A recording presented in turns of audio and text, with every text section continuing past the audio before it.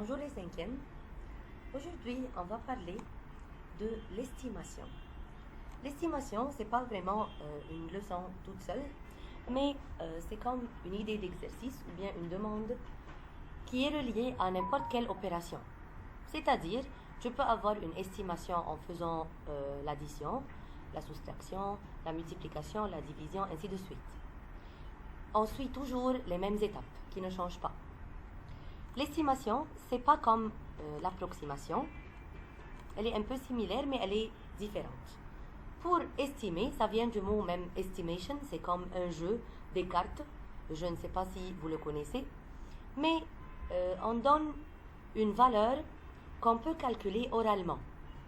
On donne une valeur très rapide et orale, sans poser l'opération, sans faire beaucoup d'étapes. C'est juste deux simples étapes. Alors, pour estimer, on trouve un résultat près du réel, mais sans avoir besoin de poser l'opération. Ce qu'on fait pour estimer, on fait une approximation mentale. Et pour faire une approximation mentale, c'est une approximation à unité près. Alors, on fait unité près avant de calculer. C'est comme exactement si tu vas par exemple acheter quelque chose et tu veux estimer le total que tu vas payer. Alors tu dis que tu auras besoin du fromage qui va coûter à peu près, elle va coûter 30 livres égyptiens. Bien sûr, ça ne sera pas 30 exact, mais c'est une approximation à unité près que tu as fait. Et du lait qui va coûter par exemple 15. Alors tu fais 30 plus 15 et tu auras 45. Tu sais maintenant que tu auras besoin d'avoir une feuille de 50 livres égyptiens avec toi pour acheter tes affaires. Ce que tu viens de faire maintenant, c'est en réalité une estimation du total. Qu'est-ce qui est différent? La grande différence entre l'estimation et l'approximation, c'est qu'on fait unité près avant de calculer.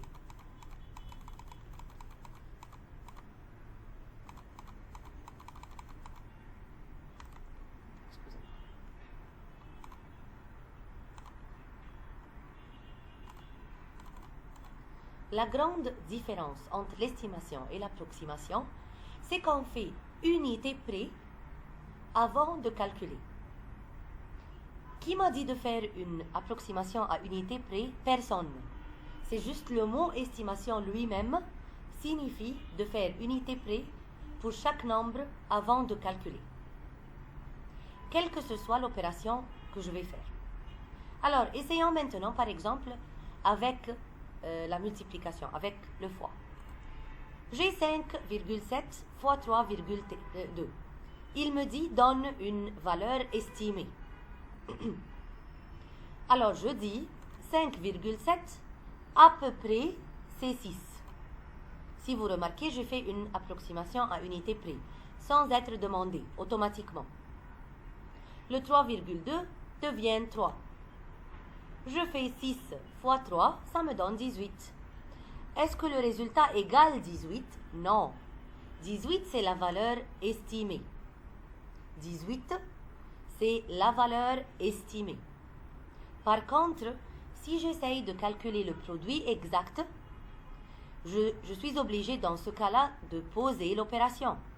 Alors, je fais, comme on vient de faire dans le vidéo précédent, 57 fois 32 sans les virgules, ça me donne, voilà, ça me donne 1824. Je remets les virgules, deux chiffres après les virgules, après la virgule, alors ça sera 18,24.